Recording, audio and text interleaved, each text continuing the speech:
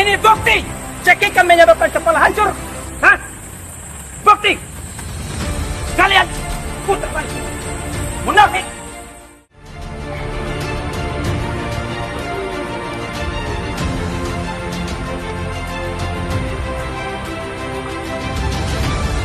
Tanggal 22 Desember kemarin, sebagai bagian dari pengembangan penyidikan kasus dugaan pembunuhan berencana yang dilakukan oleh Randy terhadap Astrid dan putranya Lael, memasuki tahap rekonstruksi. Perlu saya jelaskan terlebih dahulu, rekonstruksi itu adalah bagian dari penyidikan, ya. Meskipun di dalam KUHP tidak diatur tentang rekonstruksi, tetapi dalam memenuhi kebutuhan kerja penyidik di dalam mengungkap sebuah kejahatan, ada beberapa metode yang kemudian diatur lebih lanjut di dalam Juklak dan Juknis Kapolri. Di situ diatur tentang interogasi, ya, ada interogasi, ada konfrontasi, ya. Jadi ada dua antara tersangka dan saksi atau saksi dengan saksi dikonfrontir untuk mencocokkan keterangan dari pihak yang satu terhadap pihak yang lain. Itu yang disebut konfrontasi. Dan kemudian juga ada rekonstruksi, ya. Jadi ada interview, ada interogasi, ada konfrontasi, dan ada rekonstruksi.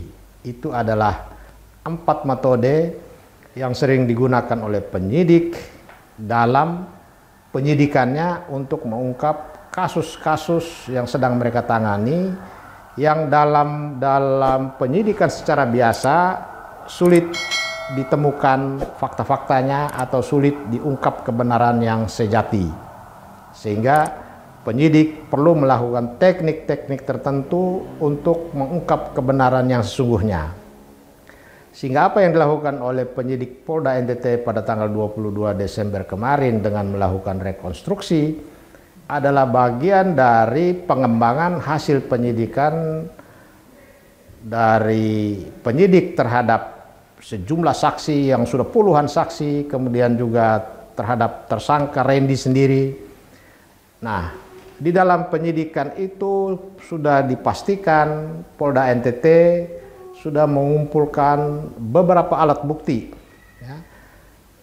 Bukti berupa keterangan saksi, bukti berupa pendapat ahli, ya, bukti surat, ya, bukti petunjuk, dan juga keterangan tersangka. Nah, bukti petunjuk inilah yang menjadi dasar utama polisi memerlukan rekonstruksi. Kenapa dilakukan rekonstruksi? Karena polisi ingin, ya, penyidik ingin mendapatkan fakta, ya, keyakinan tentang perbuatan atau kejadian atau keadaan yang karena persesuaian baik antara keterangan saksi yang satu dengan saksi yang lain atau keterangan saksi dengan alat bukti yang lain, misalnya pendapat ahli, ya, atau surat atau keterangan tersangka sendiri. Sehingga menurut penyidik hal ini diperlukan supaya terjadi kejelasan untuk menemukan siapa pelakunya. Sehingga petunjuk itu kemudian harus diuji dengan rekonstruksi.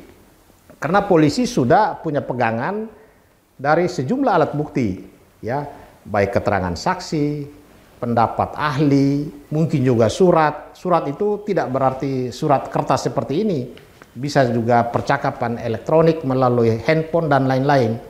Nah, ini yang perlu diuji di lapangan. Karena itu, ketika rekonstruksi itu terjadi dan dilakukan di tempat terbuka, maka berarti polisi ingin memberikan sebuah pertanggungan jawab kepada publik. Karena polisi tahu bahwa masyarakat NTT punya perhatian yang luar biasa, ya. Masyarakat mengontrol, mengawal penyidikan kasus ini secara terus-menerus bahkan 24 jam. Sehingga ketika rekonstruksi dilakukan, masyarakat di Kota Kupang berbondong-bondong datang untuk mengetahui, termasuk pers. Di sini peran wartawan sangat besar dalam mengungkap dan mengawal kerja polisi. Sehingga sangat disayangkan ketika polisi melarang wartawan untuk merekam dan mengabadikan dan untuk dijadikan sebuah berita dalam peristiwa rekonstruksi ini. Pelarangan polisi terhadap wartawan untuk merekam itu bagian dari pelanggaran terhadap undang-undang pers yang dilarang untuk melakukan menghambat, ya, menghalang-halangi, merintangi pers melakukan tugas pokoknya. Kemudian juga tindakan polisi melarang wartawan untuk merekam itu bagian dari memperkecil, mengkerdilkan akuntabilitas kerja Polri terhadap masyarakat. Karena bagaimanapun dalam mengungkap kasus-kasus besar, Polri butuh dukungan masyarakat. Polri butuh informasi dari masyarakat. Bahkan Polri wajib memberikan penjelasan kepada masyarakat tentang jalannya penyidikan dan penyelidikan sampai pada penuntutan perkara ini. Jadi sangat disesalkan kalau belum apa-apa Polri sudah curiga terhadap masyarakat yang memberi masukan. Polri sudah membatasi media untuk mengawal jalannya kasus ini. Sehingga sampai sekarang ini masyarakat NTT khususnya di Kota Kupang masih bertanya-tanya, seriuskah polisi dalam mengungkap kasus ini? Karena awalnya kasus ini dinyatakan pelakunya tunggal. Belum apa-apa polisi sudah menyimpulkan pelakunya tunggal. Kemudian hanya dikenakan dengan sangkaan pembunuhan biasa. Tetapi begitu masyarakat mengkritisi, masyarakat memprotes, masyarakat mempertanyakan, baru polisi merubah dengan menambahkan pasal 340 sebagai pembunuhan berencana, bahkan ditambahkan lagi dengan undang-undang tentang perlindungan anak. Nah, dengan penambahan pasal ini juga masyarakat masih belum percaya bahwa polisi serius. Buktinya keluarga, ya, penasihat hukum keluarga menyampaikan sejumlah protes terhadap rekonstruksi yang dilakukan tidak sesuai dengan hal-hal yang diketahui oleh umum, hal-hal yang diketahui oleh keluarga tentang jalannya penyidikan. Ada hal-hal yang masyarakat merasa ada ketidakcocokan antara yang direkonstruksikan dengan hasil penyidikan. Ya, begitu juga hari ini masyarakat NTT di Jakarta melakukan aksi protes ke Mabes Polri, meminta supaya Mabes Polri ambil alih penyidikan kasus pembunuhan di Kupang itu. Artinya perhatian masyarakat terhadap kinerja Polri dalam perkara ini luar biasa besar dan dikawal terus-menerus. Itu yang harus kita apresiasi. Yang belum diungkap oleh polisi atau belum ditemukan oleh polisi itu pelaku lain. Karena dalam benak masyarakat, dalam keyakinan dari pihak keluarga dan penasihat hukum, ya, bahkan beberapa ahli hukum di Kupang meyakini bahwa pelaku tindak pidana pembunuhan berencana ini tidak dilakukan oleh seorang diri dari Randy. Apalagi sekarang mereka memasukkan undang-undang tentang perlindungan anak. Kita tahu bahwa undang-undang perlindungan anak membebankan tanggung jawab untuk melindungi anak kepada 3 komponen, ya, keluarga, pemerintah, dan masyarakat. Apakah polisi juga akan menyeret pemerintah, keluarga, dan masyarakat menjadi pihak sebagai yang harus bertanggung jawab terhadap kematian Astrid dan putranya? Ini juga menjadi tanda tanya. Karena menempatkan pasal-pasal pelanggaran di dalam Undang-Undang Perlindungan Anak dalam kasus ini harus dilakukan secara jernih dan masuk akal. Tidak boleh ujuk-ujuk pasal ini dimasukkan, sehingga masyarakat makin curiga apakah penyidikan ini sudah sungguh-sungguh untuk menjaga wibawa hukum, untuk menegakkan hukum, ataukah untuk melindungi pelaku yang sesungguhnya. Ini juga menjadi pertanyaan publik, karena keyakinan publik NTT pelaku dalam kasus ini tidak hanya seorang diri, yaitu Randy. Polisi hanya berhak melarang jika setiap orang yang hadir di sekitar tempat rekonstruksi itu melakukan tindakan-tindakan yang bersifat menghalangi atau merintangi atau melakukan keributan. sepanjang yang datang itu tujuannya untuk menyaksikan, untuk mendapatkan informasi yang lebih lengkap, terlebih-lebih untuk wartawan sebagai bagian dari tugas pers, maka larangan polisi itu sangat bertentangan dengan undang-undang, baik undang-undang pers maupun dengan prinsip-prinsip akuntabilitas di dalam penegakan hukum. Karena rekonstruksi itu ketika dilakukan di tempat terbuka itu adalah milik publik. Polisi ingin menyampaikan kepada publik bahwa kami serius menangani kasus ini. Polisi ingin menyampaikan kepada publik bahwa ada hal-hal yang kami sudah temukan tetapi terdapat ketidakcocokan. Ini yang kita ingin mencocokkan apa yang ada dalam hasil pemeriksaan saksi, tersangka, dan barang bukti lain dengan fakta-fakta di lapangan. Ini yang harus dicocokkan. Itu yang disebut petunjuk tadi. Suatu keadaan, ya, karena perbuatan, karena persesuaiannya antara yang satu dengan lain untuk mengungkap siapa pelakunya.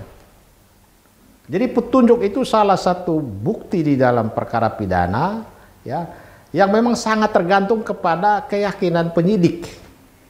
Ketika penyidik melihat ada ketidakcocokan, ya, ada ketidaksesuaian antara keterangan saksi dengan tersangka atau antara saksi yang satu dengan saksi yang lain, ya, sehingga pada akhirnya akan menyulitkan polisi dalam mempertanggungjawabkan hasil penyidikannya kepada penuntut umum.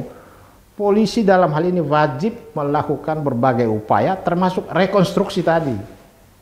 Jadi rekonstruksi tadi bagian dari upaya polisi untuk membuat perkara ini seterang mungkin. Pelakunya siapa saja dan dengan cara apa korban dihabisi, ya, dan apa motifnya.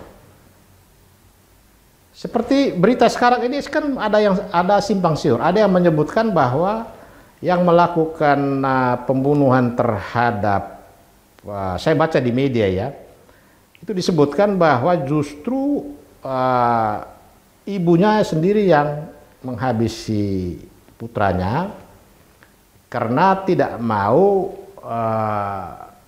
putranya itu akan dibawa oleh bapaknya. Dia mencurigai Randy akan membawa lari Lael, nah sehingga daripada Randy dibawa oleh bapaknya, ya lebih baik dihabisi. Tetapi keterangan seperti ini kan harus diuji kebenarannya dan sangat sulit pembuktiannya, sangat sulit.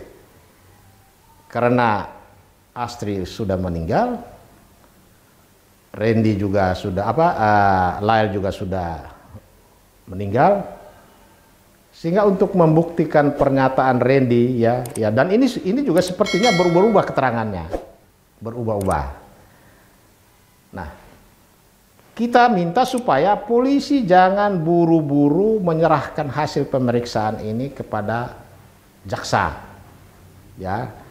Karena kelihatan dari perkembangan hasil penyidikan selama 2-3 bulan ini masih mentah. Polisi belum menemukan suatu formula yang tepat sesuai dengan KUHP maupun peraturan teknis penyidikan lainnya untuk menyuguhkan suatu hasil terbaik dari pengungkapan kasus ini, ya. Jadi polisi jangan terburu-buru menyerahkan atau melimpahkan berkas perkara ini ke jaksa penuntut umum. Lebih baik dimatangkan, ya, digali sedemikian rupa, dan masyarakat juga yang mengetahui informasi ini supaya membuka diri untuk memberi informasi kepada Polri. Itu lebih baik.